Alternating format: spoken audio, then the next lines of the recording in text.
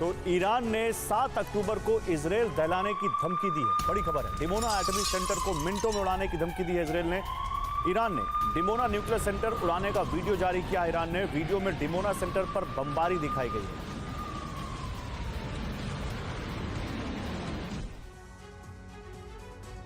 तो प्रॉक्सी संगठन ईरान की सबसे बड़ी ताकत है, जिसकी सप्लाई चेन इजरायल ने काट दी है। खबर है कि ईरान की कुद्स फोर्स के कमांडर इस्माइल कानी मारे जा चुके हैं। दावा है कि कानी की मौत लेबनान के दाहिया में हुई। वो उसी बंकर में मौजूद थे जिसे 72 घंटे पहले इजरायल ने 3000 किलो बारूद बरसाकर उड़ा दिया था। हालांकि अभी तक कानी की मौत की पुष्टि नहीं है, लेकिन वाकई ऐसा है तो ये ईरान और उसके प्रॉक्सी संगठनों के लिए एक बहुत बड़ा, कह सकते हैं सबसे बड़ा झटका है।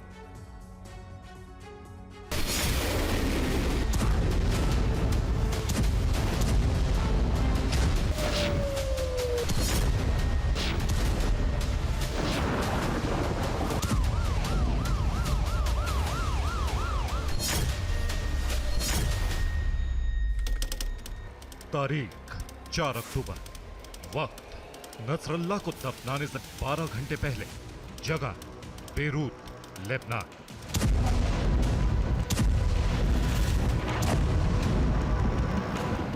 इजरायल एयरफोर्स ने बेरूत के दाहिया में बड़ी एयर स्ट्राइक की। एक के बाद एक 15 स्ट्राइक से पूरा इलाका दहल उठा।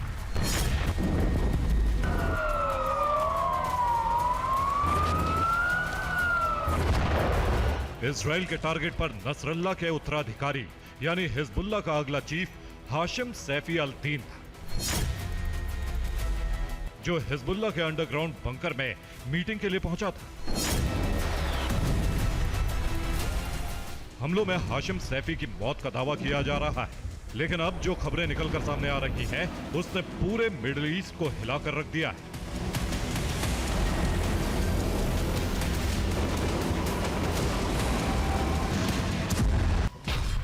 दावा है कि दाहिया में ईरान के कुद्स फोर्स के कमांडर इस्माइल कानी भी मौजूद थे। वो हाशिम सैफी से मीटिंग के लिए पहुंचे थे। मीटिंग का एजेंडा नसरल्लाह की अंतिम यात्रा थी और हिजबुल्लाह को फिर मजबूत करने का प्लान पर चर्चा। इसी दौरान इजराइल ने एयर स्ट्राइक कर दी।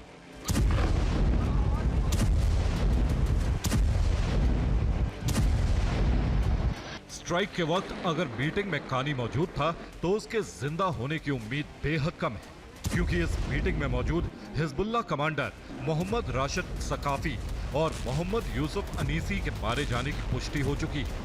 वहीं हमले के बाद से हाशिम सैफी का कोई अता पता नहीं।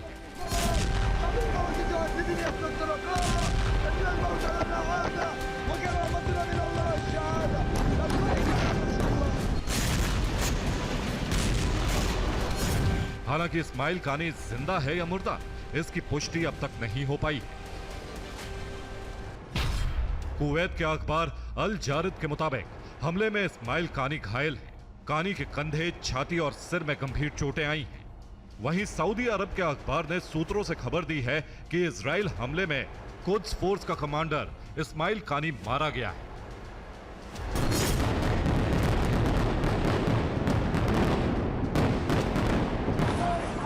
सिर्फ इतना ही नहीं, इजराइल मीडिया का भी दावा है कि इस्माइल कानी हमले में मारा जा चुका है। दावा है कि इजरायली सेना कानी की मौत की जांच कर रही है।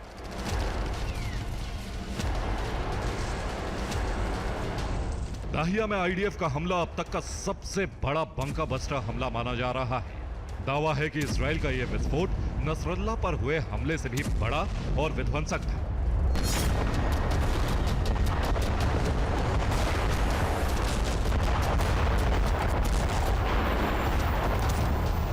दावा है कि इजराइल ने यहां 100 बंका बस्टर बम की बरसात की थी और करीब 3000 किलो बारूद बरसाया था।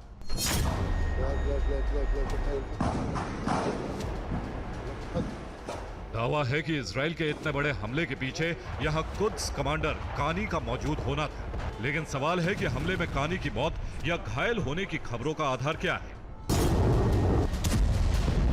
वो कौन सी वजह है जो इन खबरों को हवा दे रही है?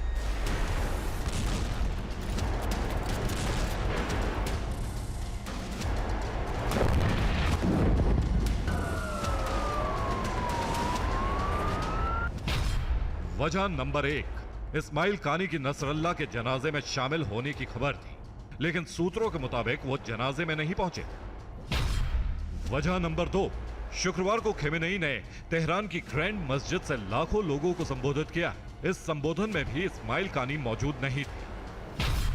वजह नंबर 3, इस्माइल कानी एक हफ्ते से लेबनान में मौजूद थे। 2 दिनों से उनकी लोकेशन ट्रेस नहीं हो पा रही। वजह नंबर 4, इस्माइल कानी की मौत के दावों को 24 घंटे से ज्यादा बीत चुका है, लेकिन अब तक ईरान ने इन दावों का खंडन नहीं किया।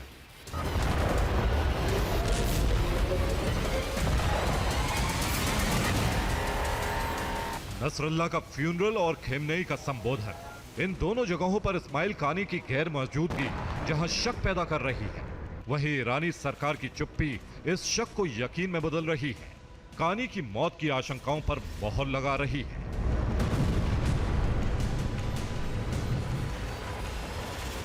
ईरानी मीडिया में भी इस तरह की खबरें तूल पकड़ चुकी हैं। ईरानी मीडिया अपनी हेडलाइंस में सरकार से सवाल पूछ रही है, क्या हमारे जनरल जिंदा और ठीक हैं? क्या हम अपने कमांडर को देख पाएंगे?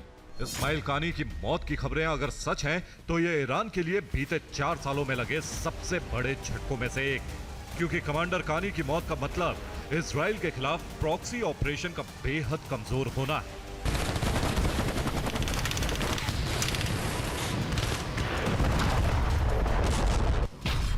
इस्माइल कानी ईरान के कुद्स फोर्स का कमांडर है। कुद्स फोर्स सभी प्रॉक्सी संगठनों को कंट्रोल करती है। प्रॉक्सी को हथियार पहुंचाने का जिम्मा भी कुद्स फोर्स के पास है। कानी के नहीं होने से प्रॉक्सी संगठन का नेटवर्क खतरे में पड़ सकता है। इस्माइल कानी की ईरान के लिए क्या अहमियत है, इसका अंदाजा इसी से लगाया जा सकता है कि उसे भविष्य में कासिम सुलेमानी का उत्तराधिकारी माना जाता है।